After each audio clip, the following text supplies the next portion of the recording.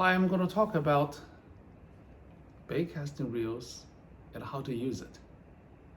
The reason I want to talk about baitcasting reels is that there are so many questions about that. The problem we have with baitcasting reels is that they cause bird's nest.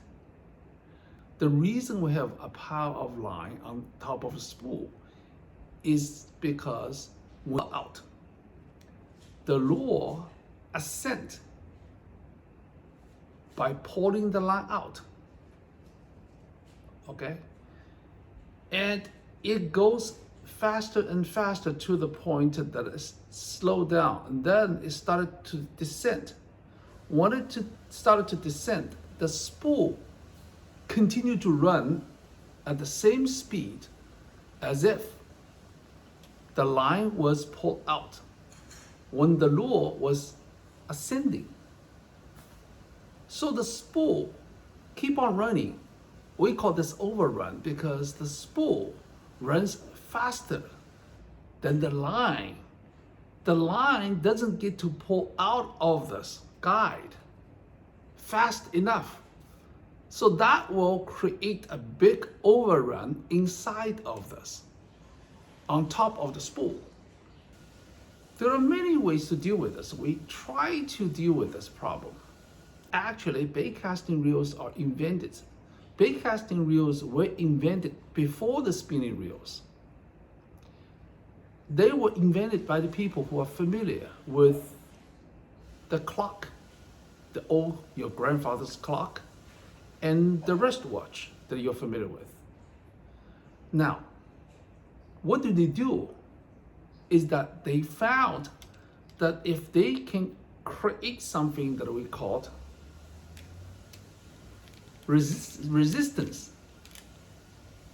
So they have this little pin. This is the Shimano reel. They have this little pin.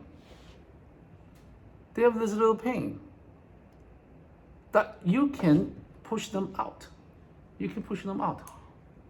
You don't push them all the way out. You push them out. When it runs, this pin will go against the frame. That will slow down. That will slow down the spinning of the spool. That is very clever. That's very clever. Will speed up the spool. So in a way, this is kind of like paradox. The paradox is that we want this to run as fast as we can. We want the spool to run as free as we can make it run.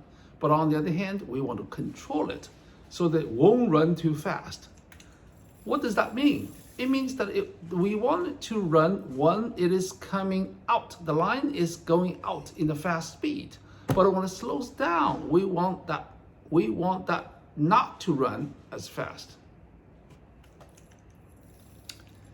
With the centrifugal system, the pins represents the centrifugal system because it's centrifugal force.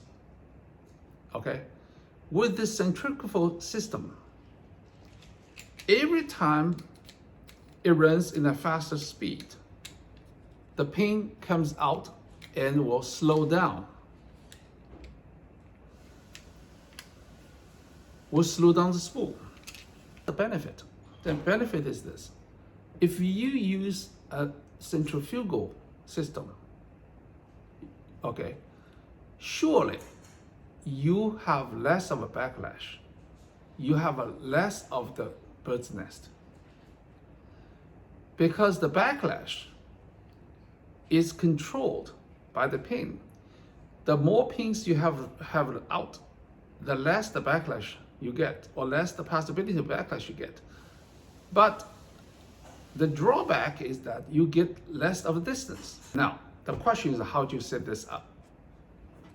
I always have one pin out. A lot of people say, no, you have to balance that. No, I've been using that for years. Now, my hobby is to play with the fishing reels and rod and reels. So I do lots of casting and plugging, casting, and all these things, and try to see the speed and try to see accuracy, all of that. That's my fun. I don't fish as much because I'm too busy. What I found out is that I never had a problem with pin out, one pin out. This is how I set it up. I always set this up to the point that the spool in the middle of that no longer wiggles. You can feel it, no longer wiggles. Once it stops wiggling, that's what I do with this brake. There are two brakes. One is this brake, okay? This brake puts the pressure on the spool. This is what I have. On that, I have one pin out. So I consider this to be the loosest possible setting for bait casting. I do all my bait casting reels in that setting. Now, you can say, you're going to get a lot of backlash. No, there are several things I did that prevented them from happening. Number one, I use braided line. Braided line saves me a lot. If you use a braided line, you don't get much of backlash. Even you get a backlash, easy. It's very easy to take care of. Okay, it's very easy to take care of. Secondly, I use thumb. I normally don't use much of thumb. Let me tell you, how do I use a thumb when I cast the bait casting reels? First, I do not, listen to me very carefully. Never ever start casting bait casting reel with power and force in the beginning. That's what you immediately get a backlash. All right? If you can ease it out, let the lure pull the line out, it casts farther if you can just ease it out. If it's easily out, it actually casts farther. So when it goes out, all right, it starts to slow down, right? Remember, it starts to slow down. Cast it out, it starts to slow down. You can hear it. Number one, you can hear it. You can see it, you can hear it, you can feel it. When it started to slow down, you gently press your finger, slightly, you're feathering just a little bit, and to a stop. That's what it is. If I'm casting short distance for accuracy, number one, I don't use a lot of force. Number two, any single time, cast out, stop, cast out, stop, cast out, stop. If you still get backlash, remember, turn this brake a little bit forward until almost touch the end of it. Don't force it, don't try it, don't force it. A lot of people say that you can have a lure in the beginning, you can have a lure, just let it drop.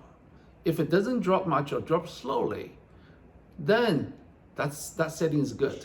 That is for beginners, that's for amateur. For advanced bait casting, you need to set it loose like that. That's always a good idea. Now, I need to comment on a comment I had in other videos. Can we cast a spinning reel farther than a bait casting reel? Or can we cast a bait casting reel farther than a spinning reel? I have experimented myself many times. I can assure you that if I use the same lure, same rod, I can almost always cast with a bait casting reel to a greater distance.